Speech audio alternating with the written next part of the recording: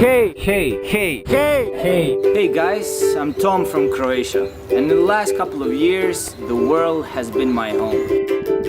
I travel, I hitchhike, cars, trucks, horses, motorcycles, boats. I drove in buses, trains, rickshaws.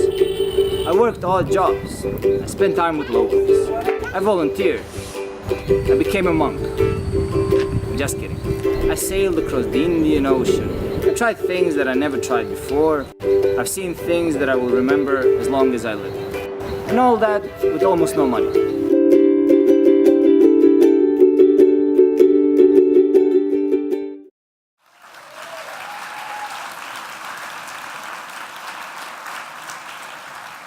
That's pretty much it, actually. Thank you very much. No, most of the people, when they see this video, they react with, wow, I wish I could travel like that.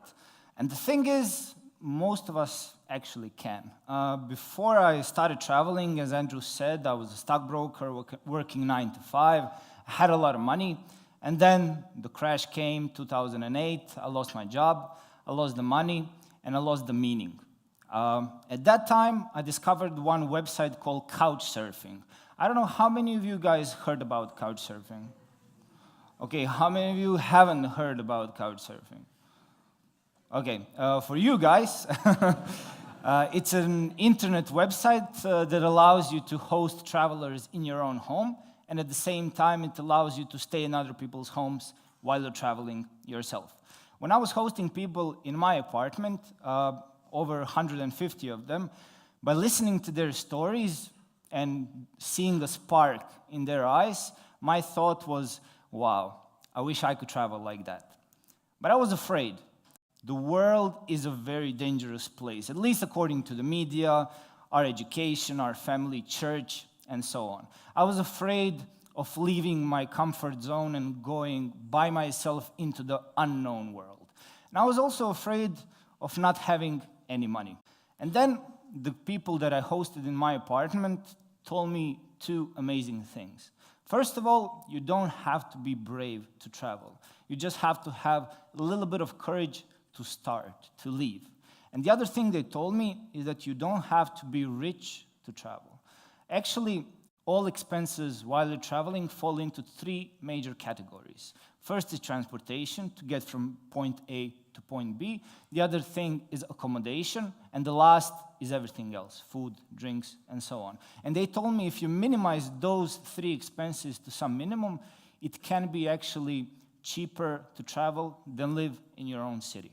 I listened to them, and for the next 5 years, I've been traveling around the world with almost no money. And this is how I did it. First thing, I hitchhiked. Apart from being free, apart from being really fast, it allowed me one amazing thing, to have an adventure between point A and point B. Now, how many of you guys have ever hitchhiked, maybe? Okay, well, quite a lot. Well, why? What are you doing? Okay, I'm gonna play you a short video called Hitchhiking Guide, just to tell you a few unwritten rules about hitchhiking and some of my experiences.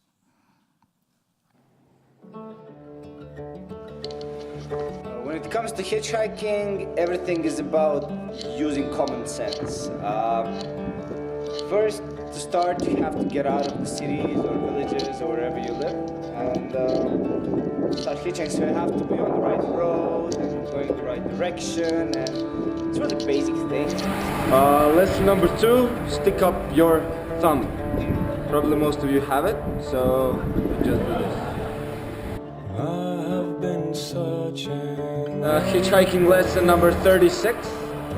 Look decent, like shave and stuff, and try to wear some like clean clothes, whatever, or hide behind your backpack so nobody sees what you look like. Lesson number 54, do not hitchhike during night. Be in a good mood. It's your choice. You're hitchhiking, so don't be grumpy. Don't be like... Lesson number 58, eye contact with the drivers.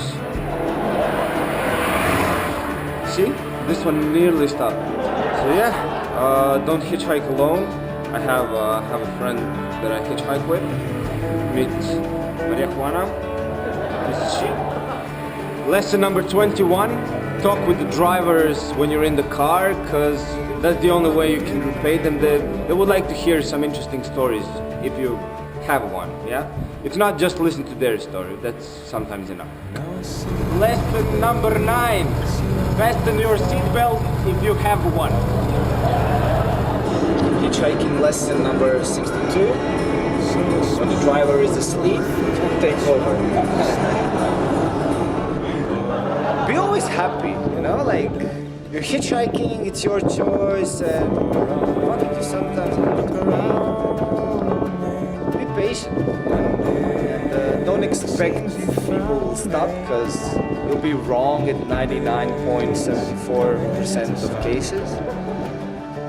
But no matter how long you wait, the right ride will come. So that's the ultimate hitchhiking rule, and that's all you have to know, man. There are no rules, actually. All the rules. So yeah, go out there, enjoy your life, and challenge yourself, right? Feels alright. Now even breathing feels alright. Yes, even breathing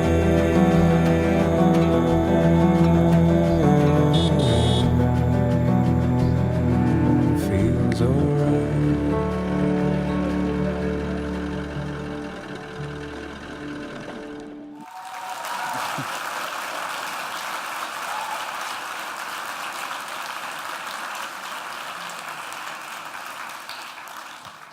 Thank you. There are other alternatives to transportation. One of them is walking. You guys know what that is. How many of you guys have walked? So you just take your backpack and hit the road. Another way is cycling. It's not maybe completely free because you have to buy the bicycle and eventually fix it, but it's much more cheaper than the conventional method of transportation. And the last one is actually working in exchange for transportation. I did this when I was sailing across the Indian Ocean from Australia to Africa. And I didn't have to pay for the ride. I just needed to do some work on the boat, like do some night watches, cooking, and stuff like that. When it comes to accommodation, most of the time I use couch surfing because I had a lot of experience. I had a lot of these positive references on the website and so on. And what I like about couch surfing the most is not only because it's free, it allows you to have a different perspective of the destination. You're not destined to stay in your hotel room or take the tourist tours. You just hang out with your host. He takes you on places that you would probably never visit by yourself. But also there are some other alternatives. One of them is camping. You have your tent, so you can sleep almost everywhere you want. In the big cities, I usually slept in parks, just have my sleeping bag and my mattress. And the last one, when it comes to accommodation, is volunteering. There are a lot of opportunities all around the world that offer you to work in exchange for accommodation, sometimes even food. So you get to sleep in beautiful rooms like this. When it comes to all the other expenses, one of them is food. In rich cities, in rich countries, I usually buy food in supermarkets, which is the cheapest way, and just eat on the street. You can also cook with your host, which can be pretty unique experience, to say the least. These are Germans, actually. Yeah. Sorry. But it was pretty delicious, to say the least, and one of the cheapest. Yeah. Another thing is dumpster diving. Maybe over 40 to 50% of the food that is being produced is being thrown away. And a lot of people have a problem with that, so they go to supermarket bins after the closing hours and just take all the food that is not going to be sold day after. And when it comes to drinks, booze, the usual, try to avoid the bars and the restaurant and drink in parks. This is how you can travel really, really cheaply. But one other thing when it comes to traveling is that you can earn money while you're traveling. How to do that? I did it a couple of times. One of them is busking, playing the guitar on the street. I'm not a musician. I know like probably 4 or 5 chords and 4 songs. So it's like repeat all, you know, like people are passing by, so they're like, they don't really know. But the most important thing is to have a story. I always had my small cardboard, which I wrote, actually somebody else wrote in a local language, where I'm from, what I'm doing there, what's my story. And I think that's what people donated a little bit of money, some sandwiches, sodas, and so on. You won't earn a lot of money by doing this, but it can get you through the day. One other way is to write. You can write a blog, open up a Facebook page. After a while, you can maybe write a book, and so on. But what brought me largest amount of money is actually going to Australia. This is a job I worked in Australia. I call it professional traffic diverter. It's a very hard job, as you can see. You tell people, please go this way, not this way. I mean, if they're blind, you know. Yeah. So for this, I was getting paid $20 an hour. I am sorry. I know you hate me and all that, but oh well. Plus, I had food and accommodation included. No, I know. And actually, one information. This was on my round the world trip. It took me 13 days of working at this job to pay off 8 months of traveling from Croatia through the entire Asia, reaching Australia. So 13 days of work in exchange for 8 months of traveling. So what have I learned on all these trips? Have I found the meaning of life and so on? That's what my mom asked me, like, oh, you know, we were really scared for all these years, but was it worth it? And my answer is always definitely yes. I've learned a lot of things. Most of them are just like some personal nature things, so I won't be talking about that. But I also learned some general truths, so to speak. I learned not to trust media and all their horror stories. I learned that we should preserve our earth, like it's the only one we have, and the only one with chocolate, right? I learned to tear down my prejudices. That was probably one of the most important things. I've learned that all the people around the world, no matter how much we try to point out the differences between the cultures, races, religions, and so on, we're all actually basically the same. I have a small story, short story about these prejudices that I encountered while I was traveling. When I was leaving Croatia and heading on my round the world trip, everybody was telling me, be careful. It's very dangerous, you know, you're going to hitchhike, you're going to sleep in other people's homes and stuff like that. In Croatia, it's still okay to travel, you know, but as soon as you cross the border, enter into Serbia, you know what Serbians are like, you know?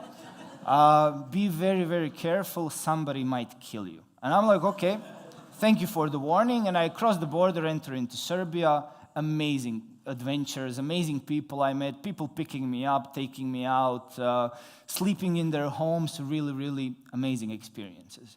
And I was leaving Serbia, heading to Bulgaria. I was driving with one driver and telling him that story, like how Croatians were warning me about Serbians. And he's like, brother, you know, that's complete nonsense. Croatians and Serbians, we're all brothers. But Bulgarians, when you cross the border, enter into Bulgaria, you know what Bulgarians are like. A lot of gypsies, man, you know. Be very careful, somebody might kill you. And I entered Bulgaria, the same story all over again. Amazing experiences, people were just extremely friendly. And then I was driving with one truck driver going towards Turkey, and I was telling him the same story, like how Croatians warned me about Serbians, Serbians about Bulgarians. And he's like, brother, you know, that's complete nonsense. You know, Croatians, Serbians, Bulgarians, we're all Balkan brothers. But Turkish people, oh my God. You know what Turkish people are like, you know, very dangerous, somebody might kill you. Turkish people warn me about Kurdish people about Iranis about Pakistanis about Indians. Indians didn't warn me about anyone, I don't know. It's like the last frontier or something. Beats me. But yeah, it wasn't only a travel lesson, but maybe a life lesson, like not to trust all these horror stories people were telling me. And one also interesting thing, when you come back home, like people are kind of afraid of leaving because they don't know what's going to wait for them once they come back. There's a big probability you will be a star when you come back. Everybody will buy you beers. Girls will be like, ooh, he's been traveling. But after a while, kind of gets boring. Like you're tired of telling your own story. People are tired of listening to it. Like this post-traveling depression kicks in. And then you actually have three options. One of them is just settle down to your old lifestyle. You have still your old friends, they're still talking about the same things, going to the same places, maybe you can get your old job back, and after a while it's okay, you feel safe, you're living there, but kind of miss that guy who's been traveling, who's been having this intensity wherever he goes. The second option is to take your backpack, say like, I cannot live here, and just head back to the road. And you will have that intensity. You will meet amazing people, have adventures every single day. But after a while, you will miss something. You will miss belonging to a story. Your friendships will be intense, but they will be short-lasting. Your relationships will last as long as your visa for a certain country does. You will miss having a home. And the third option is actually the balance of these two. So stay in one place, but still don't lose that intensity. Walk in the streets you've never walked before. Start talking with random people on the street. Get a new hobby, find a new job, maybe write a book, give a TEDx conference talk, like all sorts of things. So, is it for everyone, this type of traveling? I don't think so. With all the amazing things that this kind of traveling can bring to you, there are also downsides. It's a big chance that you will be lonely, that you will be hungry, that you will be sick, that you will be homesick, but it all comes down to your gut feeling. If after all these ideas and all these knowledges, you still have that, wow, I wish I could travel like this, then you should definitely do it.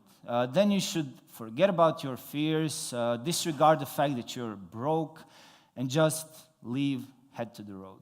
Because like that famous quote says, in 20 years from now on, you will be more disappointed by the things you didn't do than by the things you did do. Thank you very much.